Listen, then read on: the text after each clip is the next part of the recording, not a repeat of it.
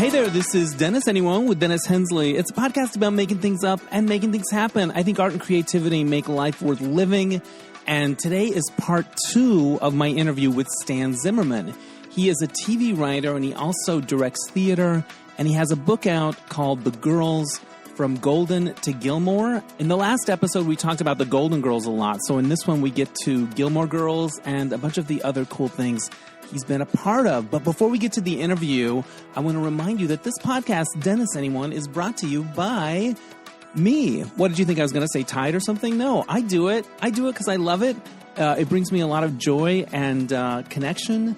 But it also costs a little bit of money and a lot of time. So if you want to support the cause, there are a couple of things you can do. You could go to DennisAnyone.net and leave me a tip in my virtual tip jar. Help me cover my expenses. There's also a thing on there called Buy Me a Coffee, where for the price of a cup of coffee or 2 or 3, you can say, I enjoy the podcast. And that happened just recently. And so I'm going to read you the little note that came from the person that bought me actually 3 coffees. This is Jason in the Bay Area. Love your podcast and found out in a recent episode that we share the same birthday, September 29th. So happy birthday to us. I love the passion you bring to your interviews. Keep being awesome. Thank you, Jason. I'll do my best. I also got another fun note this week from a friend of mine named Jeffrey Schwartz, who's also a podcast guest. He makes documentaries, so I've interviewed him a few times. But he just wrote that he listened to the Garrett Clayton episode, and he was so fantastic. He writes, it's incredible to think how far we've come since the days of Tab Hunter. Jeffrey made a documentary about Tab Hunter and how he had to stay closeted for so much of his career. It's inspiring to see someone like Garrett living authentically and fearlessly. So I do love that. I do love tracking the changes in the culture, especially around queer people. So thank you for those shout outs. And I also want to remind you that there's another thing you can do. If you like the podcast, you could become a subscriber to DNR Studios. I'm part of a group of shows under the Derek and Romaine podcast banner. And for a monthly fee, you get my show early and you get all these other great queer shows. So check that out at dnrstudios.com. All right, enough of the plugs. Here now is part 2 of my interview with Stan Zimmerman. You had a ton of meetings and projects with people that were interested in doing something like, you know, those meetings that you go on where, you know, Goldie Hawn and Jane Fonda and Diana Ross and Pia Zadora and just all this long Priscilla Presley. You have this amazing Graceland story. Yeah. But after after a few of those where they don't really go anywhere, you must just go, how do you go into those? Like, we're going to give it everything. We're going to really soak in the experience because this is going to be a story. But we'll see what happens. Like, I wrote down a really long list. Yeah, the first couple of times you're like, oh, my God, I can't believe I'm, like, at Joan Collins' house. And then you go, we had a call from Diana Ross that she wants to meet with writers to do a sitcom. And I said to Jim, there's no way in hell that she's ever going to do a sitcom, but we're going. Right, we're going. I'm from Detroit. Just, I want to sit on a couch across from her, and I want her to serve me tea, you know? Yeah. And so then you just do fun things like that. It just becomes fun, and it's not about it actually happening. I mean, I guess there's a glimmer of it could. Yeah. But, people like Diane Cannon, we went over multiple times. Yeah. We're pitching her every show we had under the sun, and all she would do is recast it with other actresses. And we're like, no, you have a deal at NBC. This is for you. But, so-and-so would be better. So then you just have to laugh. But then we had a meeting with the girl that played Curly Sue. Yeah. So she was an 8-year-old. I'm like, we're pitching to a friggin' 8-year-old? And her mother? Like, she's smoking. She's chain smoking. Yeah, no, give me another one. Kid, what do you got? That might have been a low period. And this remake of Valley of the Dolls that almost happened with all of these big stars. Yeah. I didn't even know that was on the radar. I didn't know that was a thing. And it was like Jennifer Lopez was J-Lo? one of them? The big ones were Britney Spears came in, Beyonce came in, and we're in the other room writing, and I'm like, this was through Betty Thomas again. And she had worked on the project, and she brought us in, and we're like, you should have brought us in the beginning. But it got to, the place where they were actually reading actors, and I could think, please, can I just sit and watch Britney Spears, play this part? no, it'll be too intimidating for them to have the writers in the room. I'm like, okay, so we'll just have our ear to the door. And we got to suggest it. Like Beyonce, I suggested for the Sharon Tate part. I thought she could kind of be really, again, I don't know why I was like pushing diversity at a time when people really weren't talking about it. Right. But I thought, I just thought she had the essence of. Yeah, she's glamorous. She's almost otherworldly glamorous. I think maybe that she makes could sense. play that kind of bubblehead, know. I love that. The Goldie Hawn one hurt my heart, though, because she's my favorite. And you just had all these rap sessions, deep stuff. She's sitting cross-legged, which is what you want from a Goldie experience. Yeah, it's up in her meditation room. But didn't end up. No, and then that was the New Line was, again, never going to make the movie. We closed the deal, and then we realized they only were giving her a free script option to hire writers so that she would do the movie Town and Country, which was a Warren Beatty movie. But at that point, we're still like, but if we write a really good movie, we can make it happen. We'll do it.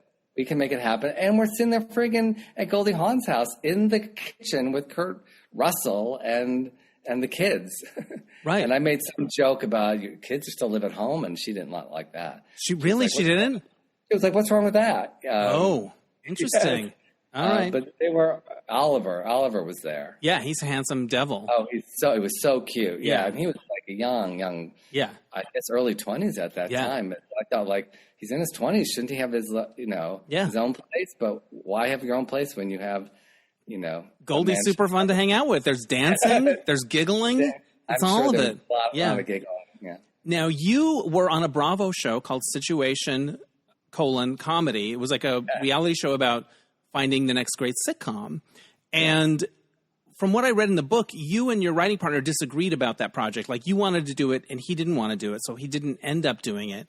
But it sounds like it didn't, cause a huge rift between you. At the time, it was a big deal. Yeah. Really, really bad. So we were writing on Gilmore Girls, and I got a call from Scott Henderson, who is Sean Hayes' agent. And I thought, he wants an actor on Gilmore Girls. That's what I just thought. I was like, what actor are you pitching? And he goes, no, I'm pitching you.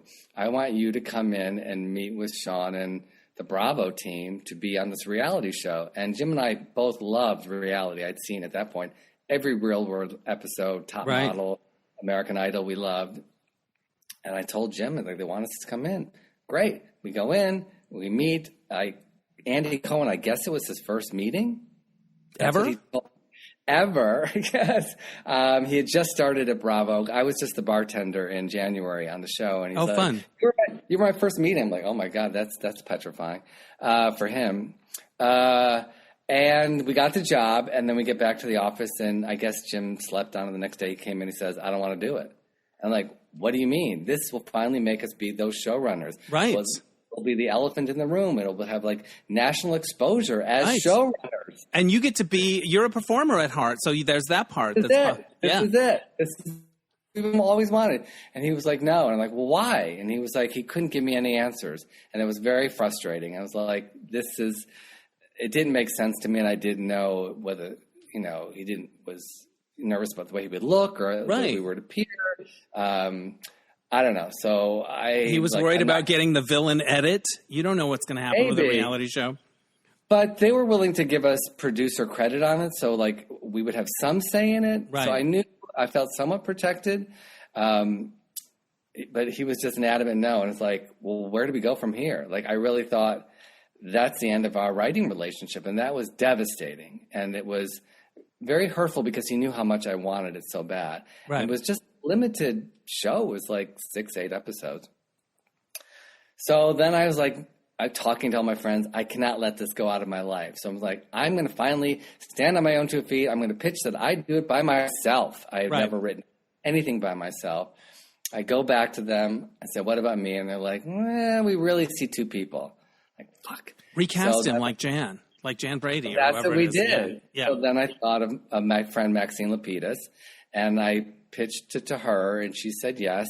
And we went in, and they hired us, and they liked the idea of the dynamic of a man and a woman together. I love it. So you would would you do the catchphrase where it's like, whatever it is, sashay away, or did you have one of those?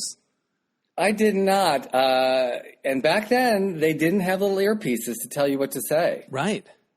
So I was going just commando. Right on. So I knew from enough shows you had to tease and then trick it and then do it. So I was just going on my own. So we'd hear these pitches and they go, oh, it's horrible and terrible. The structure, you're in. You know? Yeah. And it probably didn't make any sense, but I knew to give it that twist. And for some stupid reason, I wore, because I thought I looked cute, with a shirt and a T-shirt and a sweater over it, and hot with lights, like dumb, like right. That. Like no one told me, like don't wear that. I'm sure it looked great. It looked great, but I was completely sweating. Like, yeah, awful. But what year was that? Because this was around the time I was a Bravo celebrity for a brief millisecond. It was like the first or second year of Real Housewives of Orange County. Right. Kathy Griffin had done the. Yeah, so I was on the first season of that. So what was that? 2005. Yeah. Yeah. So were you at the TCAs in Pasadena? No, because we weren't. We were at the photo shoot. We got photos as part of the cast, but we didn't get paid. I remember when it was all over, we got a gift card, like a Citibank gift card from the producers for $200. And Kathy goes, "You better say thank you to the producers." I was like, "It's so changed." No. Yeah, no, Nene Leakes would not go for that shit. But she but this was early in those days, and it was all right. It was fine. But I feel like I went to the premiere party for Situation Comedy at a club on Sunset Boulevard. Sunset, yeah. Yeah, I was there. They let you in there? They let me in. They let anybody in. Probably through Christian. So yeah, possibly, or the Bravo of it all. I'm not sure. Oh, that's how I met Christian, through Maxine. Right. And so we had him on as a punch-up person. Yeah, I just remember being at that party. At Falcon. Yeah. But the show... I DJ'd at Falcon. So, they had like a gay night. Yeah. And Rusty ran it. And he let me DJ a couple times. And I was spinning records back there. I love it. Rusty used to host Beige, the best. Oh, my God. I love it. The best Beige. Club. But the show was not a hit. No. What was that? How disappointing was that? Because you took this leap into something new. Your writing partner said, "Not for me," and then it wasn't a success.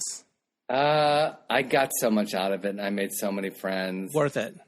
And it was so worth it. I just had a blast. I liked being on camera. I thought it was fun. It was a dream to be on a reality show. So I manifested that and I created it. And then as I say in the book, I kind of take credit for the Housewives reunion shows. So there was nobody watching the show, but it was still a competition show. So we had to announce a winner at the end. Right. And, Bravo saying, well, we don't have that much money to give to you.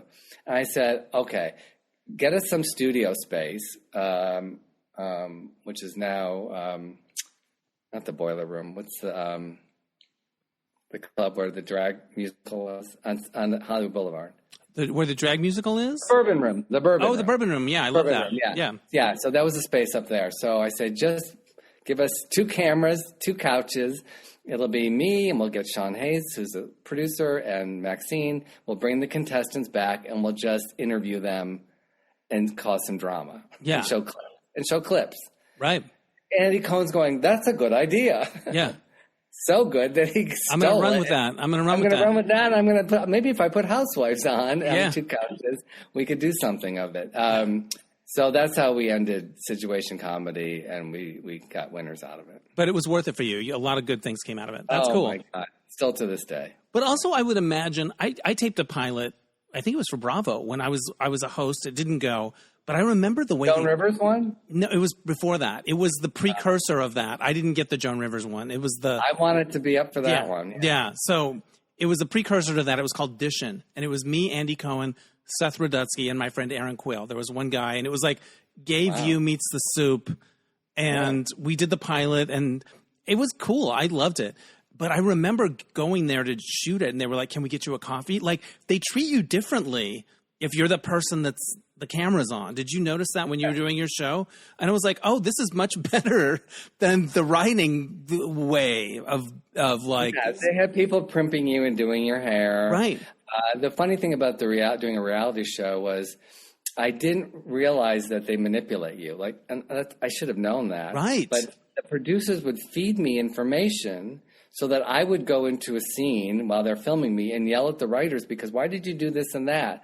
And I would be driving home and thought, oh my God. They told me that so I would be mad and go in there.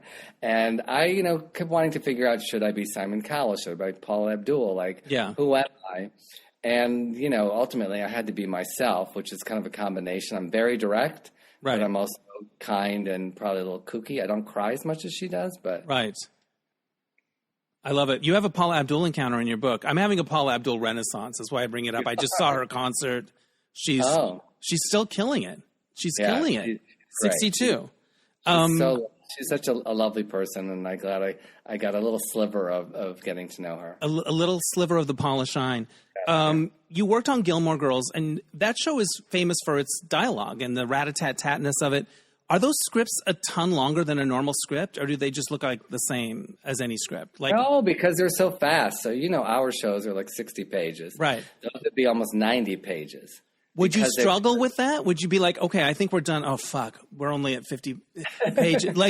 How was that to get up to speed on that?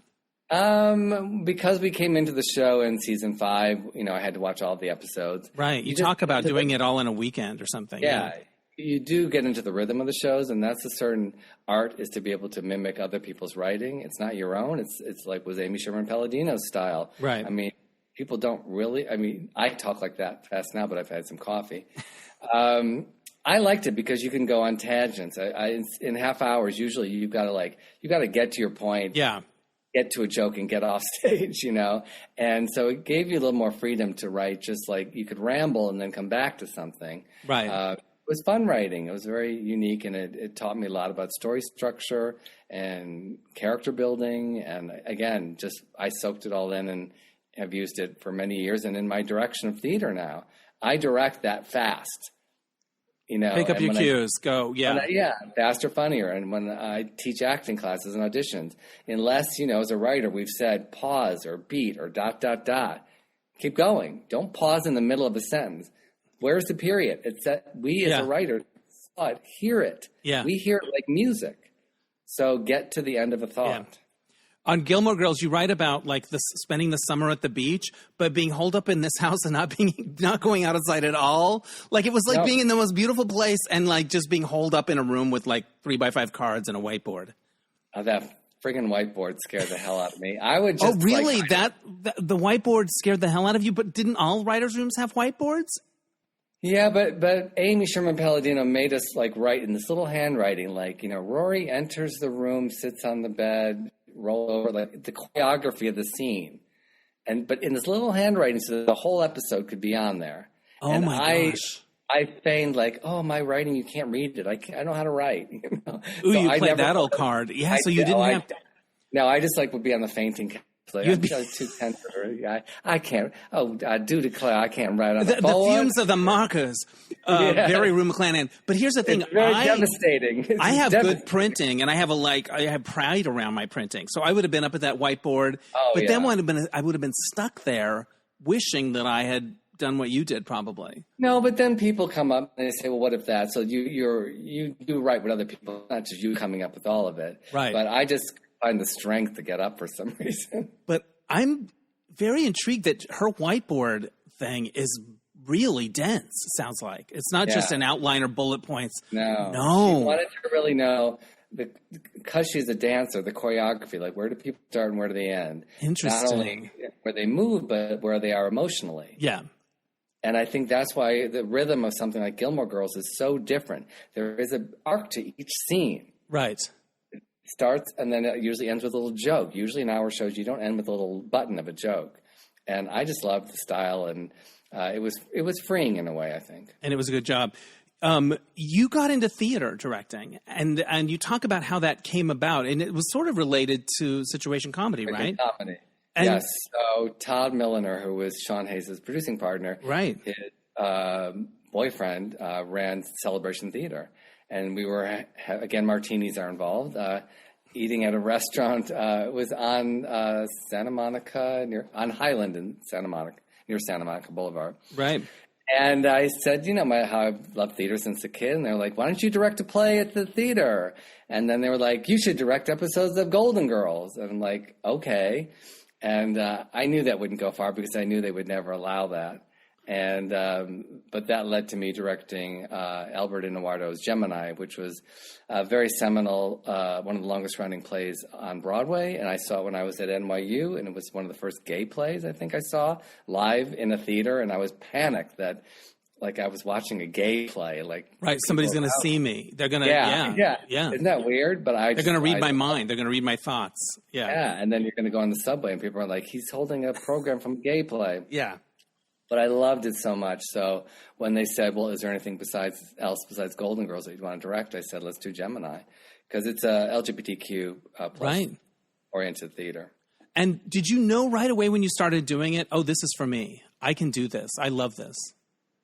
When I went to the drama bookshop, which was still open then, and I just got a basket and threw in books on directing. Yeah. I didn't know. I knew I loved theater. I knew I'd seen tons of theater. I'd been in plays, a lot of them, but I had never directed. So I read a lot about that, and I knew I had I directed like in my basement when I was growing up, like versions of Fiddler on the Roof, illegal versions of it. I love a basement version of Fiddler on the Roof. Just in terms of the geography of the house. Yes. Yeah. And I still had this weird confidence that I could do it. And then I got like great actors like Mindy Sterling and Peter Onorati and Stephanie Faracy. And you probably know Joel Michaeli was in it. And I saw Heartbreak Help by one of my favorite writers, Justin Tanner, that you directed. It was my birthday, and I took all my friends to see it on my birthday. And I have a photo on the Santa Monica Boulevard in front of it. Melissa Peterman was in it, who I love. Marissa Jarwood-Noker, Tony Award winner, Teresa Genzel, Sarah Gilman. That, I think, was the best reviewed play I've ever done. And Justin kind of let me rewrite it a little bit. That surprises me. Yeah. Because he's very specific about his writing. What do you love about it? That play or directing, theater? Generally. I liked directing theater originally because I didn't have to rewrite it. So the idea of rewriting, on sitcoms, you're always rewriting. And this was a set published play. I couldn't change it. Yeah. So I just had to be creative within the confines of that script. Right. And I didn't have a studio or a network telling me, you can't cast that actor, you can't use that music, you can't use that costumes. It was all in my imagination. Right. So I put all these things together, and then I just got really nice responses and I love actors and love working with them. And it just felt like this was my home. I love being in rehearsal, and then the audiences came, and then I realized I need to start producing it. And that's when I went after like Justin's play, because I loved all of his theater plays. And then I thought I could cast some really cool actors in it, and found a way to do theater in LA. And I wanted to change the tenor of theater in LA, and when I was starting it, there was a whole separation between TV and film people and LA theater. And I was like, but it's not like that in London and New York. It's just theater. Everybody does it. It doesn't matter where you're doing it. But there was like the Geffen and the Amundsen, and then there was little teeny theaters. Right. So I wanted to bring TV people to those little theaters. And so that's what I started doing is writing and producing. And then eventually somebody said, you need to write your own things. You're a writer, write plays. And that's how Christian and I started writing some plays. And now I have 4 published and licensed plays out in the world. That's amazing. So you get the printed version. Is it like Samuel French or one of those companies? Yeah, it's not Samuel French, so it's not like those little ones. What, that we used to get in school, and it was so exciting. Yeah, it's a little bigger, and they're white. But it was during COVID, and I remember being on a Zoom call with this company, and they said, we want to option these 2 plays. And I got off the call, and I've never had this moment where you go, my life has suddenly changed. Like that one, little meeting, my world is going to be different. And I knew right then, it was like, whew. Are people doing your plays in other places? Yes, and I'm doing them. So I'm directing one of them, this play, Yes, Virginia, that I've done with Mindy Sterling and Arnisha Walker, a bunch of places. But I'm directing it at a little theater in Virginia. They're flying me in. And then to change the tenor of the whole conversation, a very close friend of mine died by suicide about 14 years ago, and I created this play called Right Before I Go, using real suicide notes. I was reading about that. You write about that in the book. Veterans and LGBTQ and kids that were bullied. That's amazing to me. Like, your background is Golden Girls and Brady Bunch, and then you take on maybe the most serious subject that there is. What was that like? Did you feel like you were getting to use different parts of yourself? Like, How did you deal with the heaviness of that material?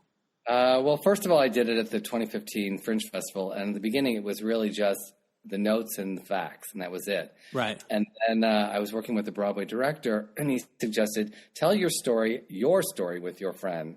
And I was like, okay, well, there could be a narrator character, but it's not me. It's just a narrator. And I was doing a reading in my living room where I do most of my readings, and I asked Sam Pancake to play the narrator, or me. And Sam gets done with the reading, and he says, Stan, just say it's you. Say you're a writer for Golden Girls. Just say it. You can't beat around the bush. And I was like, oh, fuck, I've got to open my heart because I've never written by myself. And so it really became a journey of what happens to a comedy writer when something really serious happens. So I saw Sam on an airplane. I said, you don't know, because of you, I really dug in deep and made this piece so much richer. And I never thought I'd be performing it. And we were doing it in Florida about 8 years ago. And I said, just hire somebody old and funny. And they did. And then the day before the performance, he got a paying gig. So you had to step in. And it was one of those 42nd Streets. And the director was like, Stan? You're on, kid. Get those ballet shoes out of your locker. You're back on the boards. I should have put my ballet slippers on. Yeah.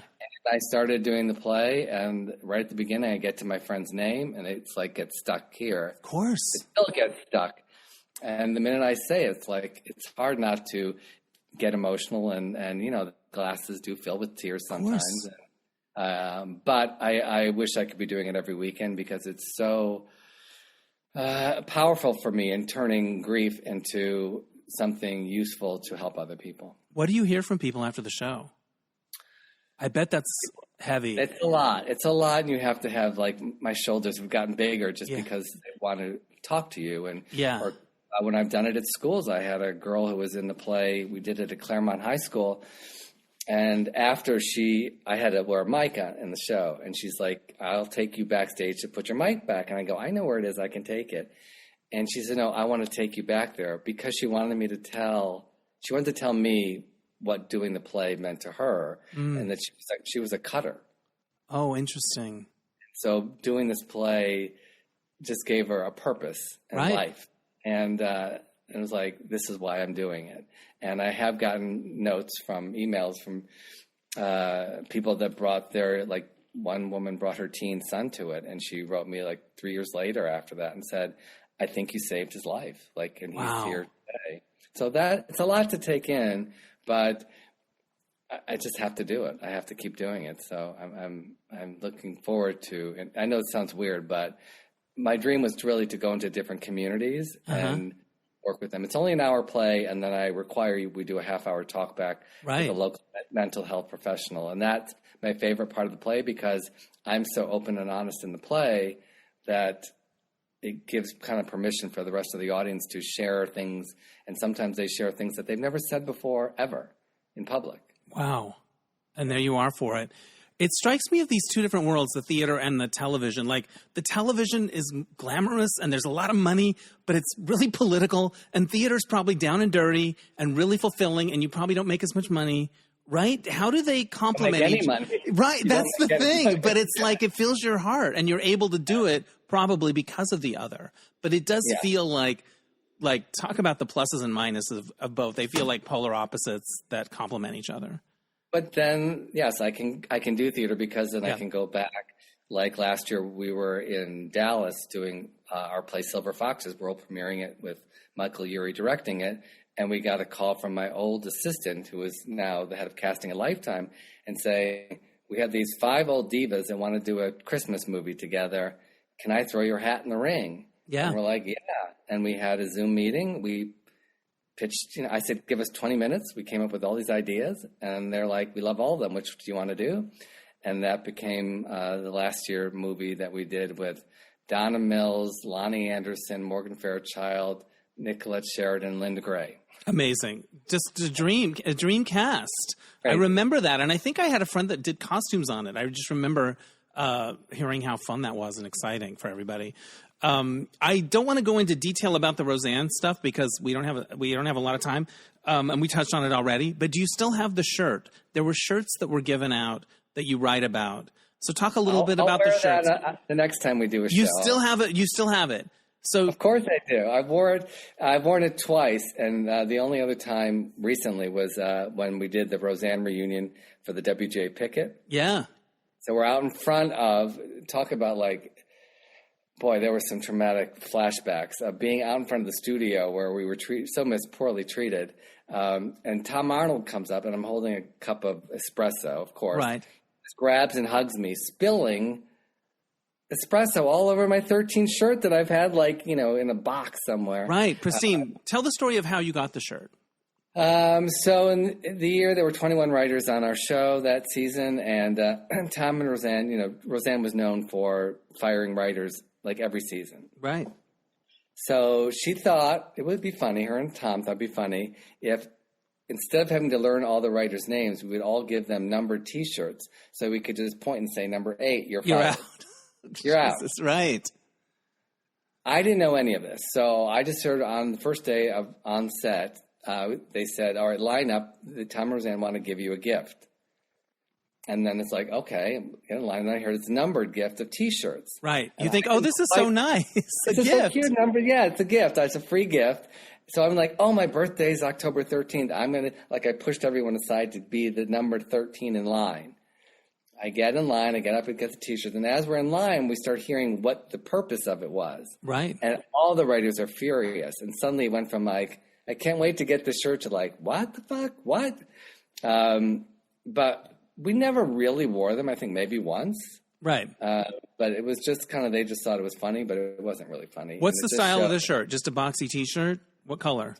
Big old white T-shirt and black numbers. Not even a cute, like, football style sleeves? Nothing. No, nothing. Not, okay.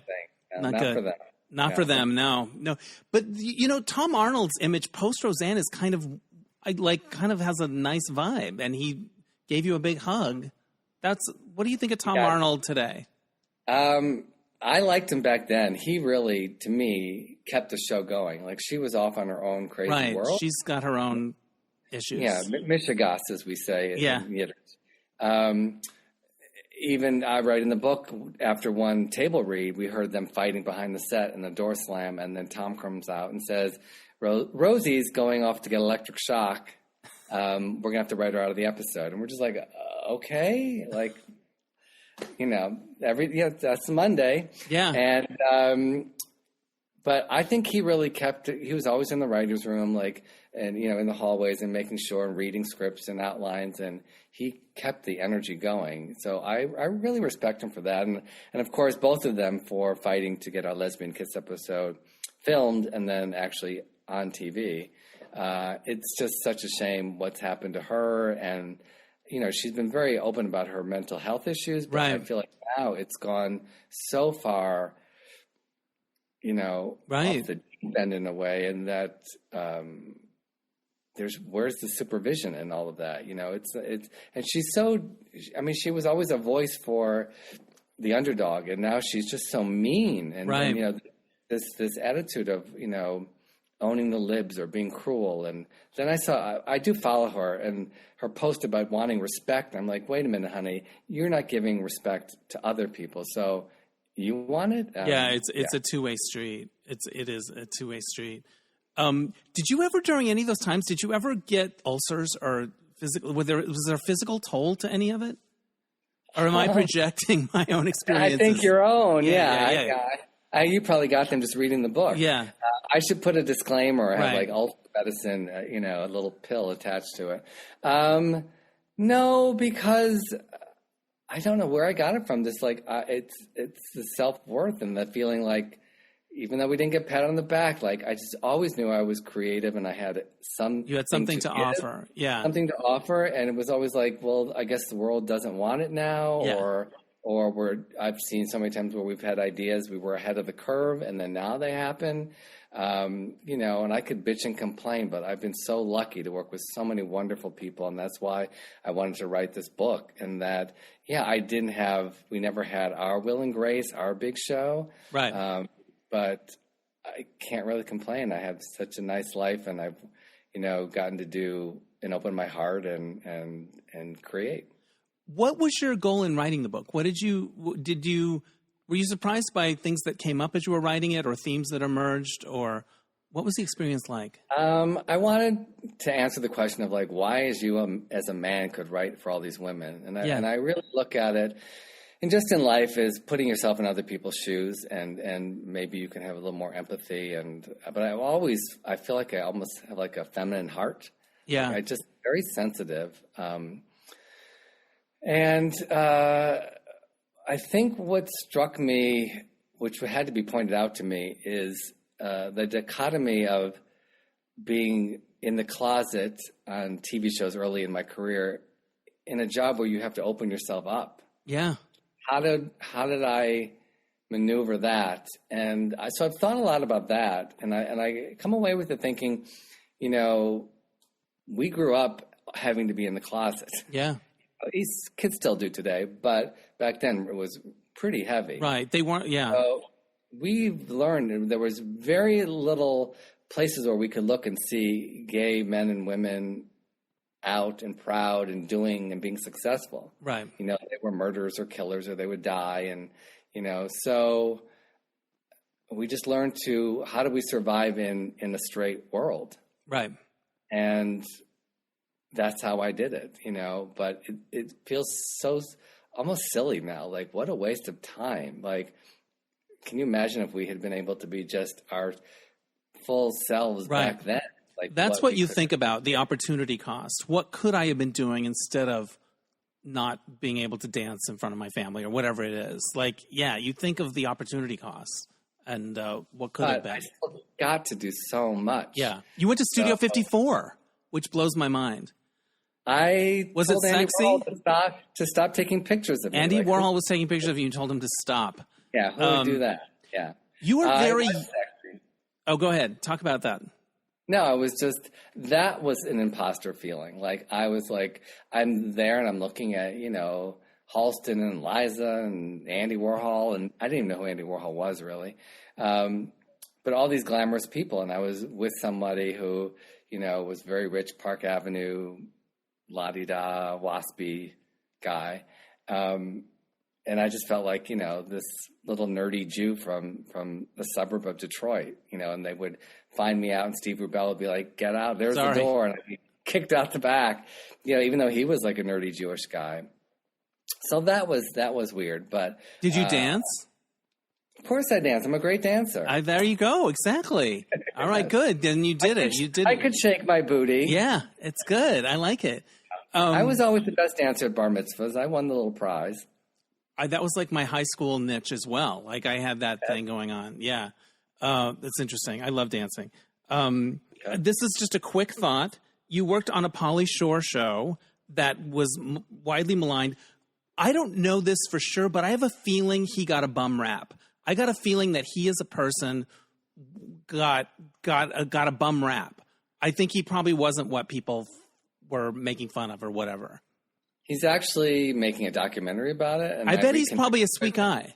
He's a really sweet guy. He was a sweet back then. It was in a little over his head. Right. You know, we had to tell him, Pauly, when you're the lead of a show, you're like the host every week. It's not like you just go and you do a movie. Yeah. You're like, and we had, you know, guests like Dionne Warwick and Eric Estrada and Shirley Hemphill and Adam West. We had like these really fun, kooky people coming on and great actors that were on the show, like Charlotte Ross and Kevin Weissman and Amy Hill. I mean, we had really good people to surround him, but the critics couldn't see the show. We wrote the show on spec because we had an overall deal at 20th Century Fox, and they're like, would you meet with Pauly Shore and go, you know, pitch a show with him? We're like, no, absolutely not. Right. He had this weird...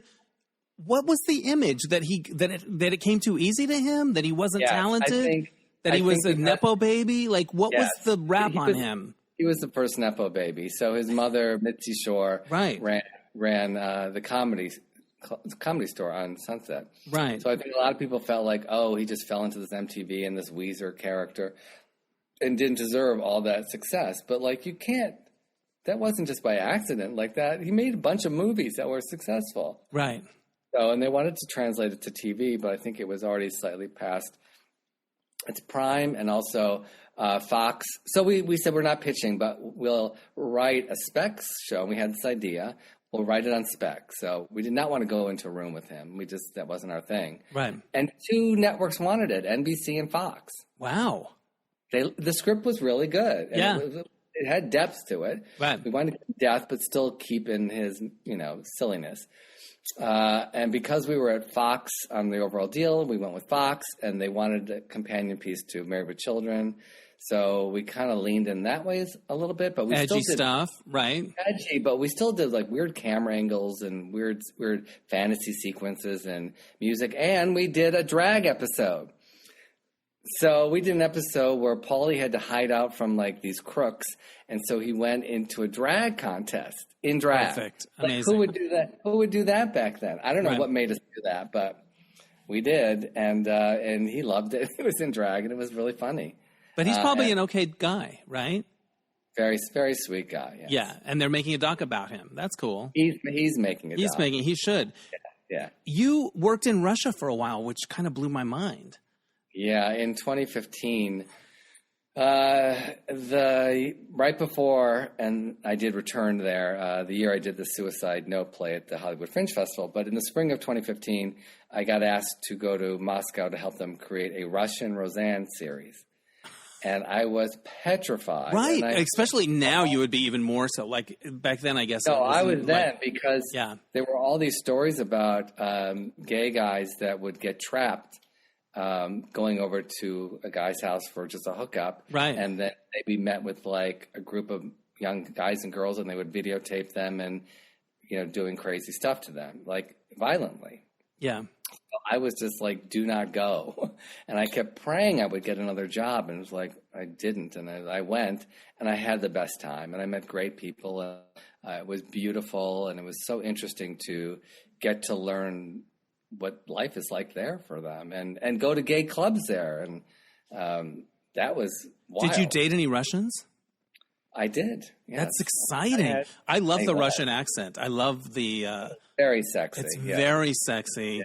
What a treat. Do you have anything from your life that is from that time? Did you make any friends that you're still in touch with? Or? Oh, yeah. And it was really interesting, when the whole thing with the Ukrainian war started. Of course. Like, I got scared from my friends, so I would go on WhatsApp and like, are you okay? And some of them had to flee the country. Think about that. Had to flee Russia. Yeah. Or they'd have to go in the army. Right. It was that or So what would you do? They had one or two of the guys I met. I went on a lot of dates. Not that I had sex with all of them. Right. Now I'm talking about my sex life. It's like Dan Savage's show. They had to leave without anything. Like if you had to go tomorrow in the middle of the night, they had to get the fuck out of Dodge. What would you do? What would you bring? What could you bring? And then you bring you can't bring. Where do they go? They went to other countries like, Dubai or there were some, I think Germany. There were some countries that were allowing people to flee. You had to flee the country. But remember, you had a Russian credit card. Right. And they couldn't use it. So how would you start over? Like we just take it for granted that we can, go to your bank or withdraw money or you have credit or whatever. Like, no. And these were people you met while helping with the Russian Roseanne. And some, they were not involved in the production of that or any of the development. They were just guys I met on, whatever the Grindr Scrub. Was there an app?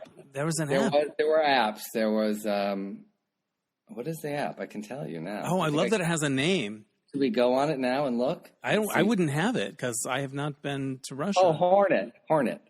You're on the app Hornet in Russia. You did write about how you didn't know any of the landmarks, so you would say, we meet at that statue by the guy with the horse and the sword.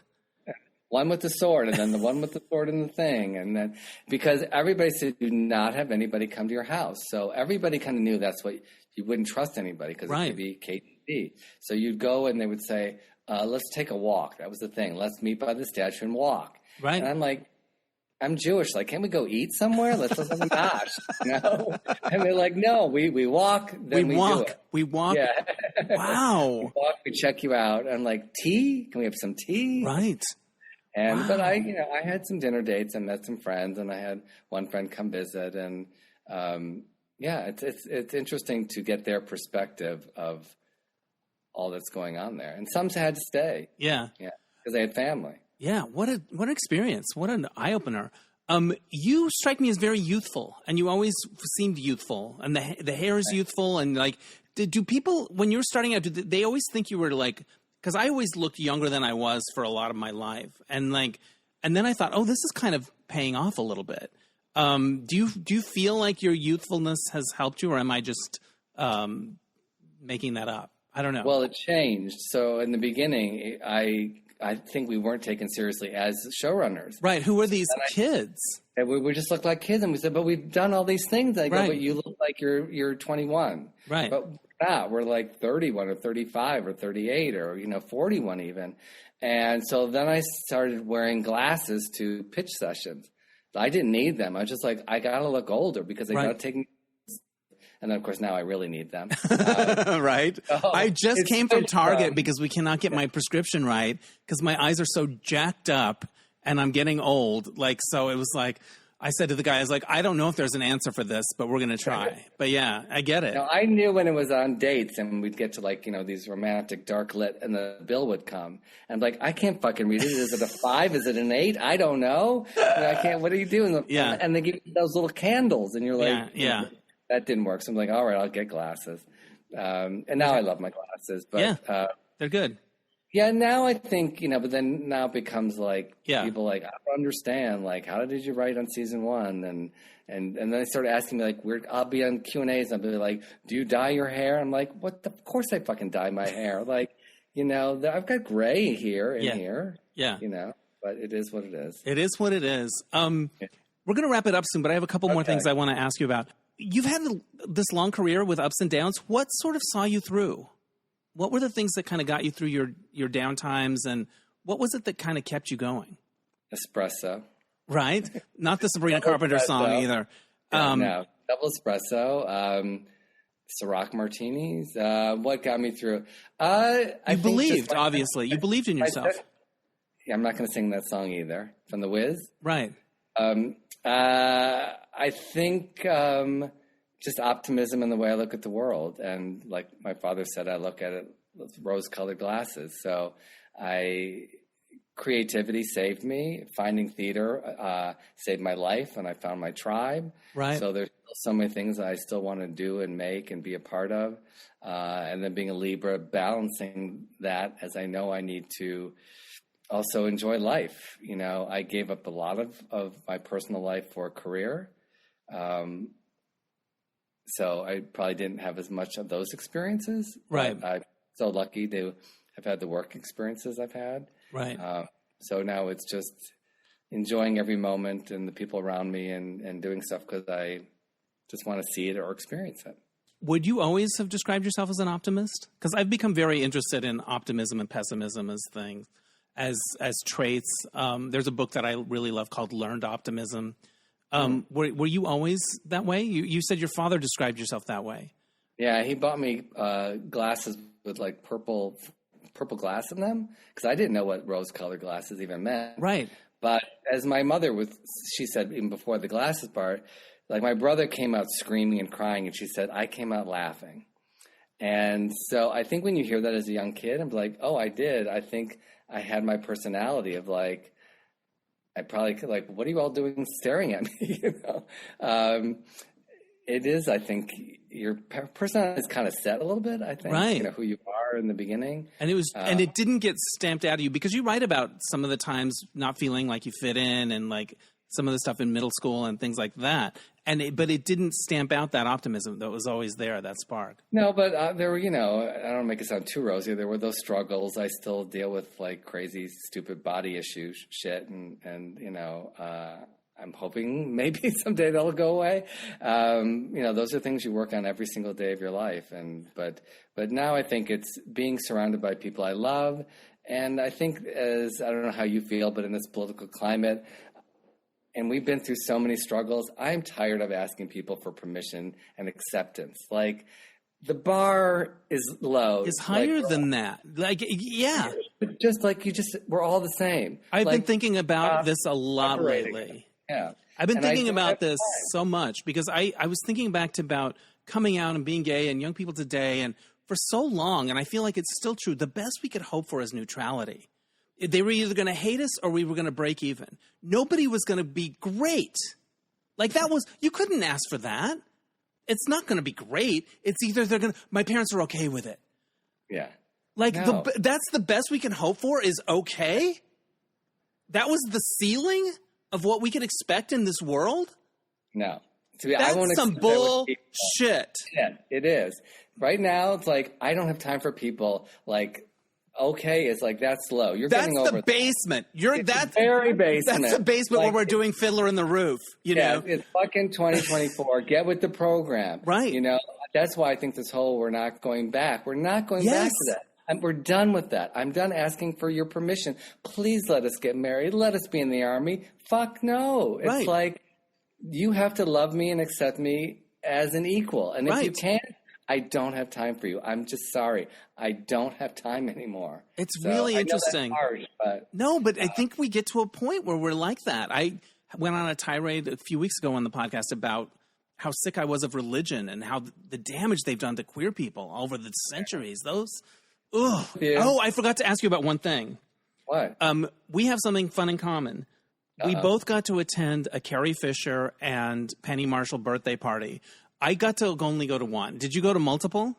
Yes, I did. You got to go to multiple. I went to one at Carrie Fisher's house because I had interviewed her for Detour magazine, and we became friendly after that. It was really like my dream come true. I would hang out with her occasionally, and I got to go to this party. And you write about this in your book. Every star in the world is there, right? What do you remember about your Carrie Fisher, Penny Marshall birthday party? One of my good friends is Elaine Pope, who actually wrote with her, and she wrote These Old Broads. Right. Movie. Yeah. So she had been to a lot of them. I'd only gone to two or one. And then this was at Penny Marshall's house, which is just a hop, skip, and a jump from my house. And she was like, we have to sit in this one couch, which was facing the front door. So literally, we were like, like the Rose Parade, and we got to. It was like Night of 100 Stars, where they're all walking. We got to announce everybody coming in, what they were wearing, and I just remember Debbie Reynolds coming in, and I'm a big Singing in the Rain fan. That was one of my favorite movies of all time. It was like Wizard of Oz, Singing in the Rain. And there she was, and she comes running over to Elaine, and she's like, "Oh, you're a writer, Stan?" She whips out matches with her name Debbie on it, and like fabulous. A number or something. Like she didn't have a calling card; she had matches. I don't know. She's scrappy. She's an old school hustler, like a trooper. God bless her. Yeah. So I like meeting her and just having that, and then at one point we got dragged into Penny's bedroom. It was just me, Elaine, and Penny and Carrie. I'm like, I'm just going to be in the corner, kind of like under some Moorhead and up in the ceiling and watching the whole thing. So like times like that, I think like, oh my God, how did I get here? But really appreciating that I got to watch. I didn't really feel a part of it because I wasn't like that A-list. I wasn't writing A-list movies, but I knew I always had that Golden Girls calling card. Right. And I knew that people really loved that and appreciated the writing. Right. I remember standing in the food line with and Angelica Houston was next to me. And I was like, what do I say to Angelica Houston? She's not interested in me. So I tried to talk about the food. I was like, oh, but that looks delicious. Or like, not having it. She was not chatty with me at all.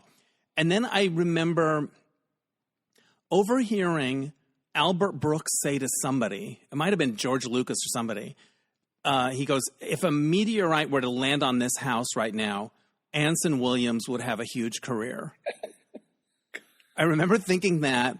I remember I took Margaret Cho as my date because we had become friendly around the same time. And it was a chance for me to do something glamorous for her because she was the glamorous one. And but I don't think it was that fun. I don't think people were that friendly. I think it was like being in an incredible place, but I don't remember feeling, oh, that was fun. It was cool, and I loved Carrie. It was great, but I don't remember talking to her much. But it really was Barbara Streisand. Every time you turn around, it was like, oh my God, that person. It was a little different. Like I did go to the Vanity Fair party. Oh yeah. And I feel like that was different. People just seemed more relaxed. Maybe they were drunk. Right. And everybody was talking to everybody. It was no. That's anything. cool. Yeah. So I really did. Who was your coolest encounter at the Vanity Fair party? Well, it was Faye Dunaway and Oprah Winfrey. It was like, it was just everybody. So that was pretty crazy times. But, you know, I love going to parties and I love meeting people. And so that was all fun. I mean, I think back on that and I think the little small town boy in me would have been like, I can't believe I'm here. You're there. But if you're there, you belong. You're in that room for a reason.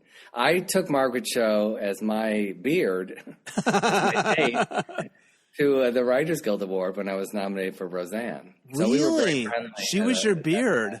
Yeah, that was smart, Stan. Yeah. Yeah. That was a bisexual woman. Yeah, that's good. Yeah, but yeah, Margaret Cho. Yeah. Yeah. I haven't seen her in so long. I really do like her. We spent a bit of a time when she was over in near Beechwood when I lived over there. Yep. Yeah, that's kind of when I knew her, and then we sort of grew apart. And by grew apart, you know, the famous people sometimes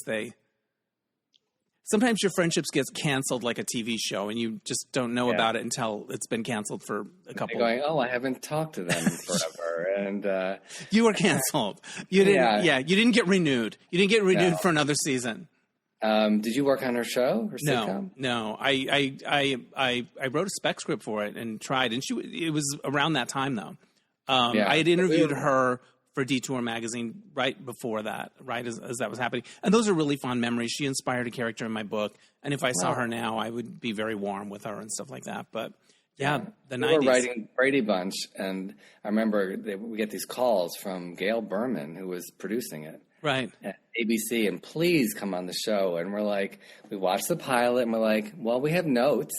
No, we can't change the show. It is what it is. And like, really? You know, and they were trying to get you on All American Girl. Yeah. And later she said, God, I wish you'd been on there, and I wish they would have been open to doing your ideas, you know, because we wanted it to be like Roseanne and just celebrate who she was and not make her into a cookie cutter TV show, which is what I feel like it needed to be. And it just, it never was. Yeah. That was a time. That was a heady time. All right. Anyway.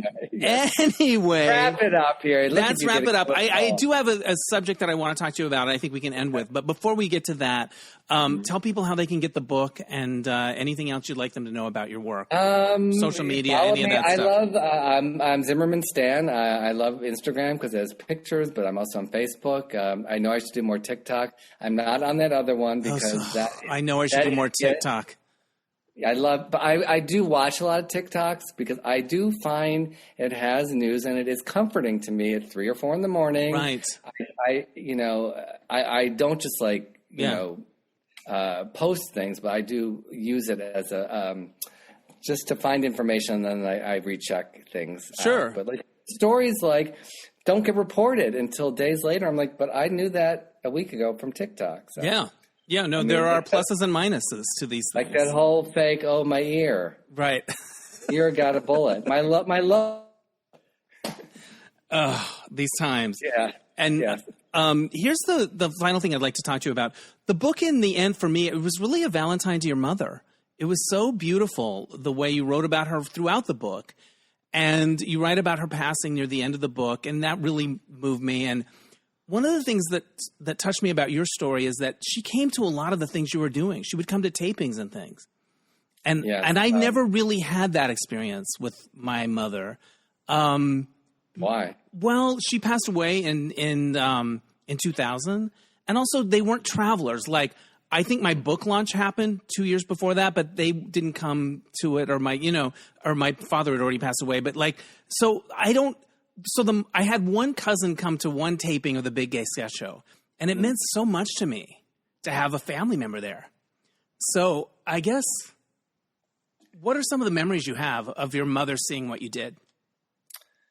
Well, she would always want the Queen Mum seat, which she was that was the first row of the bleachers, so she could stand there and kind of go like this. Amazing. I mean, she was just so happy for me. And she moved from Detroit to Santa Barbara later in her life without a job or anything because my brother was living in San Francisco. She wanted to be between the two of us. And she loved my independence, but loved being close so she could just drive down there. And so what I would do is I would have like one of the PAs come pick her up in one of those carts.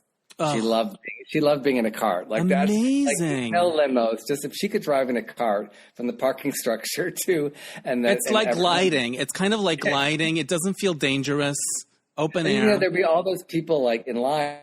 And she would just like cut to the front of the line and they go, "Oh, you're Stan's mom. We love Stan," or whatever. And they would take her to the Queen Mum seat and she would wave. And then I loved on Rita Rocks, when the last show she got to see it that I did. And she just said to me, she just looked around and she said, this whole studio, I mean, the audience, all these crew people were there because of something that came from my head or my heart of me and Jim. That we could create this world. All this is happening. They're moving that ladder because of you. But also because of her. Yeah. That's what I looked at it. If she hadn't supported me and really been there and cheering me on, I would not have felt the comfort to go on and in those writers' room.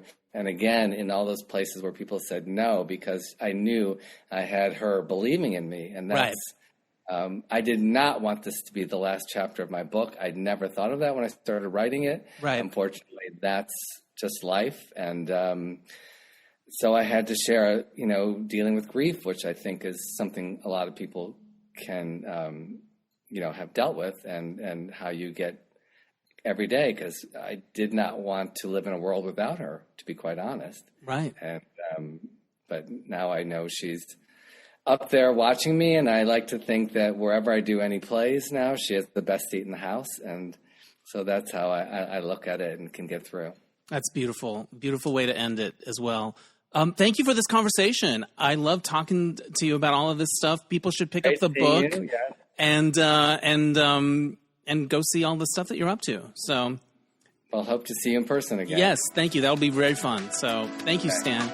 All right, bye. Thanks again to Stan Zimmerman. Pick up his book, The Girls from Golden to Gilmore. All right, so this happened. All right, the weekend of the 28th, 29th, that was my birthday. I turned 60 on September 29th. So it was a big weekend. It started out on Friday night. I had dinner by myself at my favorite little local Mexican place called Salsa and Beer, and I get this combo, and it is so good, and there's so much of it that I take it home and have another meal the next day. So that's Friday night. Okay, so Saturday morning, I have the big mismatch game show that night, but in the morning, I go to my regular dance class taught by Michael Rooney, and he was the teacher that I knew back in the day when I first moved to LA, and I would take his class, and I sort of rediscovered it in this last year, and that's how I ended up getting the dance agent, and it's really kind of been a big rebirth for me in terms of dance. So it's my regular dance class, but a few weeks ago, Michael told me that he and one of the other students there, Marlene, wanted to choreograph a piece to a song that I had written and recorded on an album that came out in 2000. The album's called The Water's Fine, and the song that they like is called The Last Time. And Michael's just liked this song. I don't know where or when he came across it.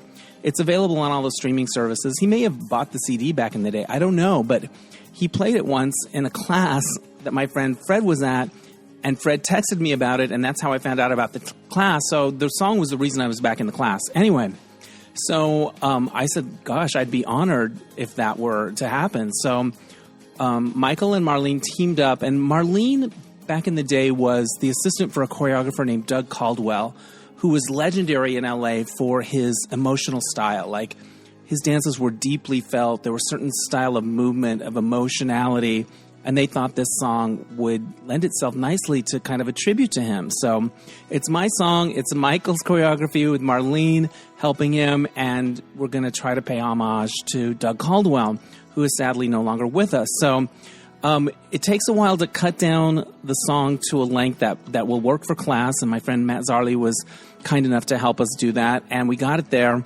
And so I go to class on Saturday, and we learn the combination. And he lets me, I say a few words about the song, and I talk about, how it's kind of brought me back to this class in a way. And then I mentioned that it happens to be my birthday weekend. And he goes, well, there's another birthday in the class. So they sing happy birthday to me and the other person that has the birthday.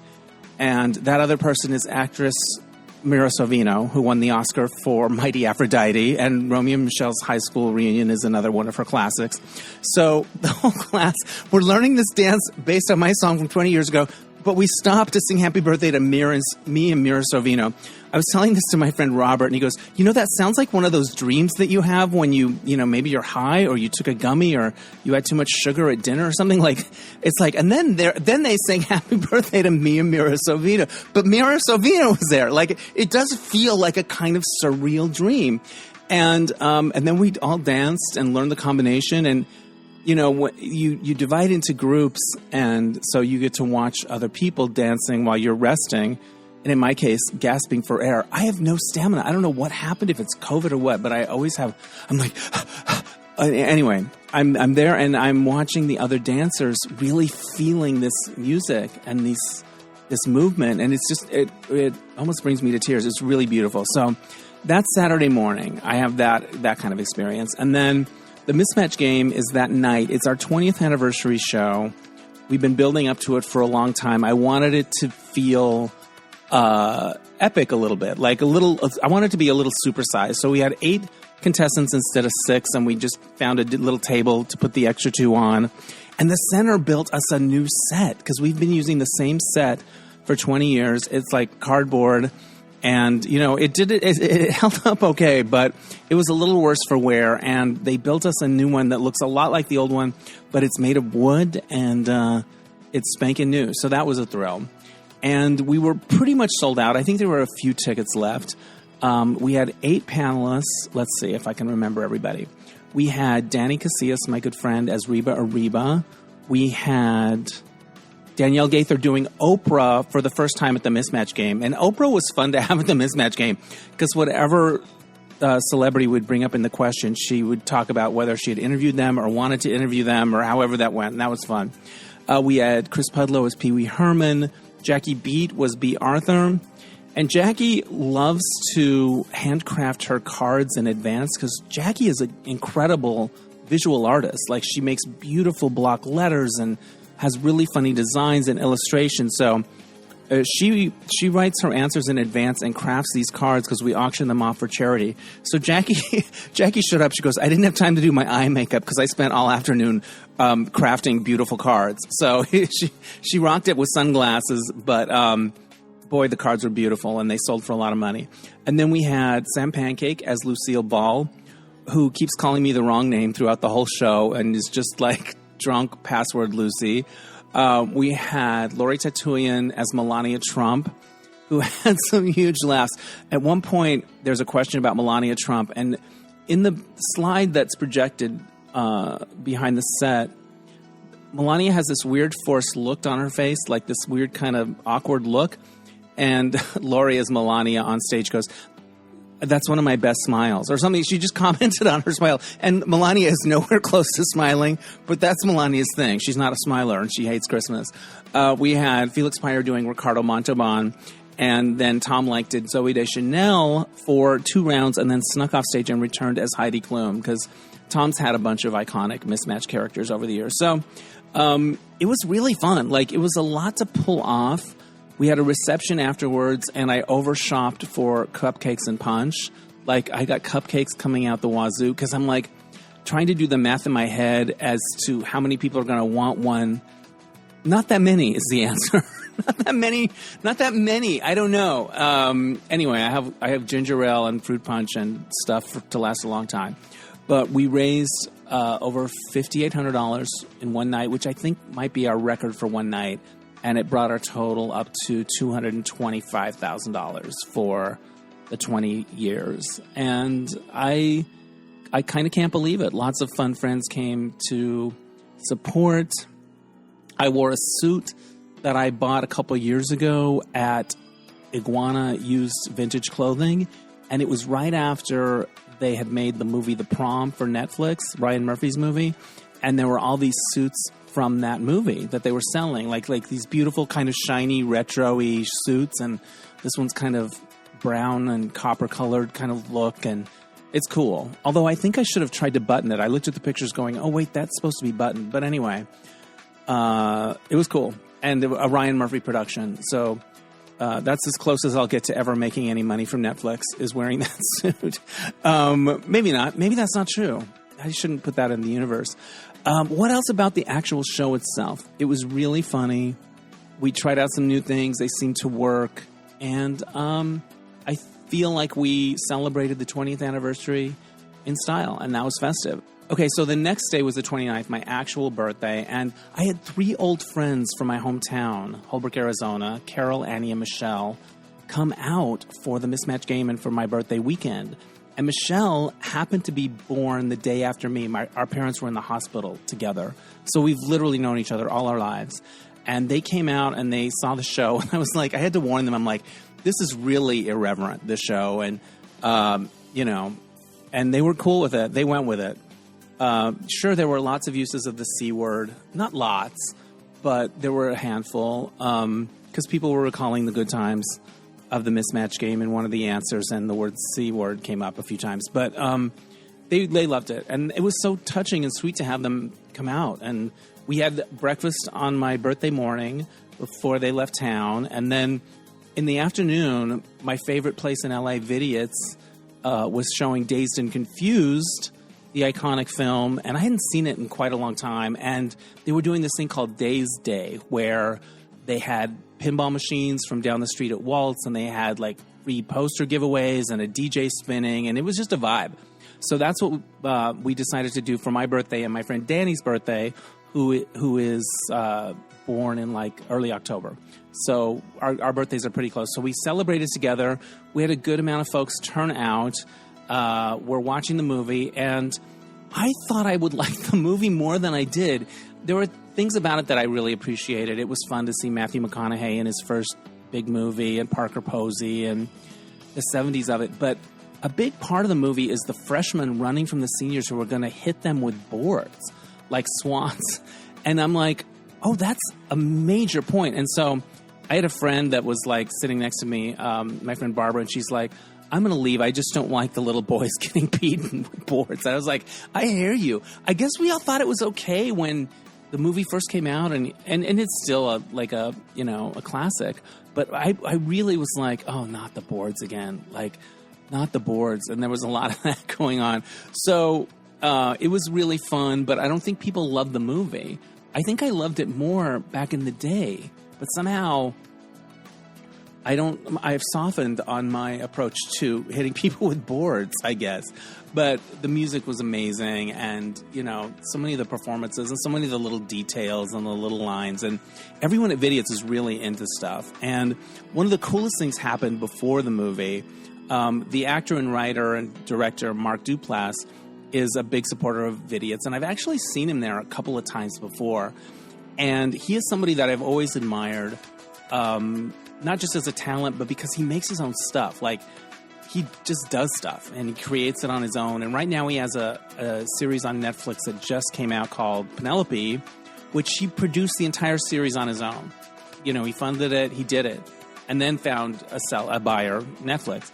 But he did it all on his own. And I haven't watched it yet, but I look forward to watching it. And it just came out. So I saw him there, and I was like, I need to tell him, that he inspired me. And it's like my birthday, and I'm going to do it. So I march up to him, and I just tell him that I really admire his work, and he's been a real inspiration to me, and how he just does his own thing. And a few years ago, he gave a speech. It might have been at the Austin Film Festival, where there's a big screenwriting component. It might have been there. It might have been somewhere. But his basic, premise of the speech was the cavalry isn't coming, meaning nobody's going to come and give you these opportunities. Nobody's going to come and give you a career. There's nobody coming, because a lot of times we'll be like, oh, well, when I get an agent, if I can get someone to read this, or da-da-da, like all of those things. He's like, they're not coming. The cavalry isn't coming, so you got to do it. And I've always been inspired by that ever since I heard it. I had an image. I Google imaged "The Cavalry Isn't Coming" on Google Images and found an image to put on my dream board. And anyway, I told him that I think about that a lot, and that today was my birthday. And he said, "Happy birthday!" And he was genuinely touched that I mentioned that. And then he gave me a fist bump, and then we watched the movie, and that was really cool.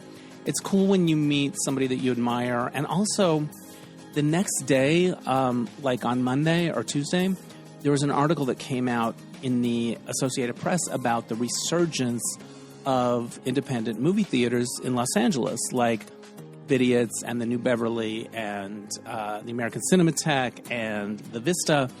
And Mark Duplass is quoted in it, and he's actually on camera talking about Vidiot's, saying it's like his favorite place in LA after his cozy home, and that he goes like 4 times a week, and he goes 45 minutes early so he can have a drink and walk around the video store. And that didn't surprise me to hear him say that, because he's very accessible there. Like, I don't know, sometimes when you see well-known people out in the wild, they really are like, don't talk to me, I don't want to be here, I'm sneaking in the side door. But he's like hanging with everyone, and I think that's really cool. So that was, and then after the movie, there was a Foster's Freeze, like a block and a half away from Vidiot. So we all went down to Foster's Freeze and had some ice cream and some fellowship, and I opened some cards and gifts, and so did my friend Danny, and we had cupcakes, and that was it. And it was a good time. And boy, when I got home, I felt like I'd been hit by a bus. I think it was all the work up to the mismatch game. Because I really, literally was like, once I get that done, then I can figure out my life. Like, I can figure out how to make a living. I'll be 60. I'm just don't make any drastic decisions about throwing in the towel until you get through that, and then we'll go from there. So that's where I'm at now. Got to figure out some stuff in my life, because apparently I'm still here on the planet, and I have to figure out some way to live. But I'm up for it. I'm into it. Let's do it. All right. That's enough for this week. Thank you so much for listening, not just today, but throughout the 10 years we've been doing this podcast. Speaking of anniversaries, I want to give a shout out to Oscar Rosario for mixing the episodes. My theme music is by Mark Daniels for Placement Music. We'll catch you next time on Dennis Anyone. Bye.